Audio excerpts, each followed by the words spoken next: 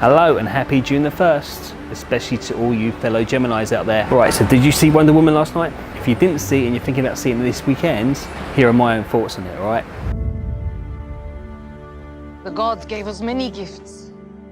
One day you'll know them all. This is where we keep them.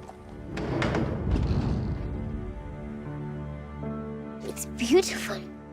Who would wield it? Only the fiercest among us even could. And that is not you, Diana.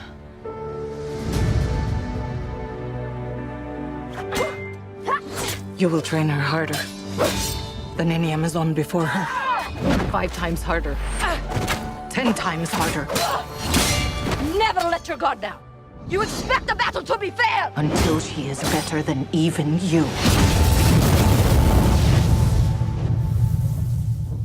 But she must never know the truth about what she is. So I think as we're all aware, I think Wonder Woman's one of these really highly anticipated movies. Everyone's been waiting for this. Now I saw the film at the Odeon Switch Island. I saw it in 3D, but I did notice that the majority of people there who were in the foyer waiting to go see the film at the 1 minute past midnight screening, they all seemed to go to the 2D screening because I went into the 3D one. It was just me and 2 other people in there.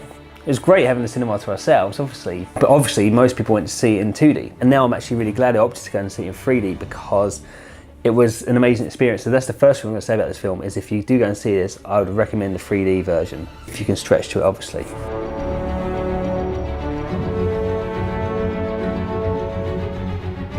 So we all kind of know the story of Wonder Woman. She's an Amazon woman, and no, that doesn't mean that she works at the online shopping site. She's an Amazon from this lovely looking island that no one knows about. It's like hidden in this bubble. And she lives in this paradise island with all these other Amazon women where they're training to protect the world from a god named Ares. So the main character is Diana, and it starts off with her as a child and how she's influenced by all these women around her. And she's fed these fairy tales every night of how there was this battle of the gods. It was a massive battle between good and evil. And you see through her growing up, she gets trained to be one of these protectors of the world. But even when the character of Diana is all grown up, and when Gal Gadot takes over the adult role of the character, she still plays the character with a lot of childlike naivety. And she does this all through the film. And it is like you're watching her just develop into this woman.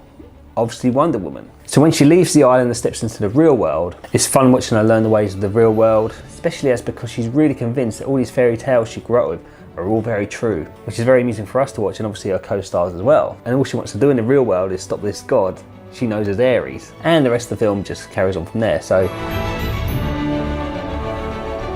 what I liked about this movie, that Gal Gadot, she done an absolute brilliant job of playing this character. As I say, she's done this really good job of having this childlike quality about her through the whole film, like she was learning her way from and growing into someone throughout the film. By the end of the film, you know that she's just properly become Wonder Woman. My bad guy pretends to be a good guy. Radar was on full peak this time. Again, I kind of had a feeling that someone was like a bad guy. One of the good guys was a bad guy. I'm not going to tell you which one.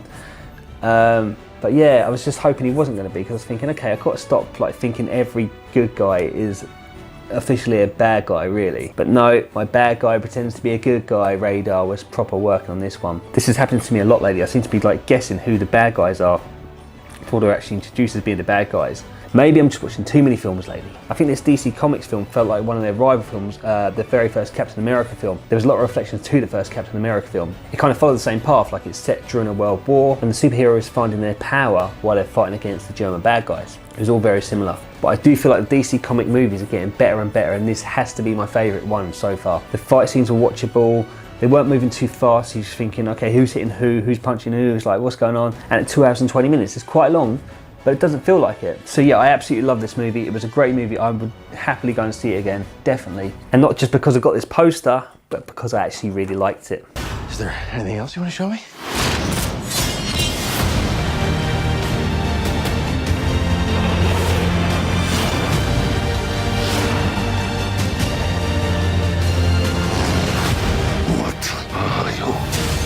I am Diana of Themyscira, daughter of Hippolyta.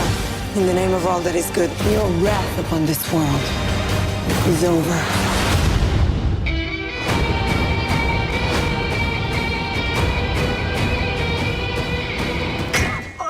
Yep, that's not gonna work. Please put the sword down. It doesn't go with the outfit. At all. So on that wonderful note, that brings the cinema week to an end. But do remember, the true sign of intelligence is not knowledge, but imagination. Those are the famous words of Einstein.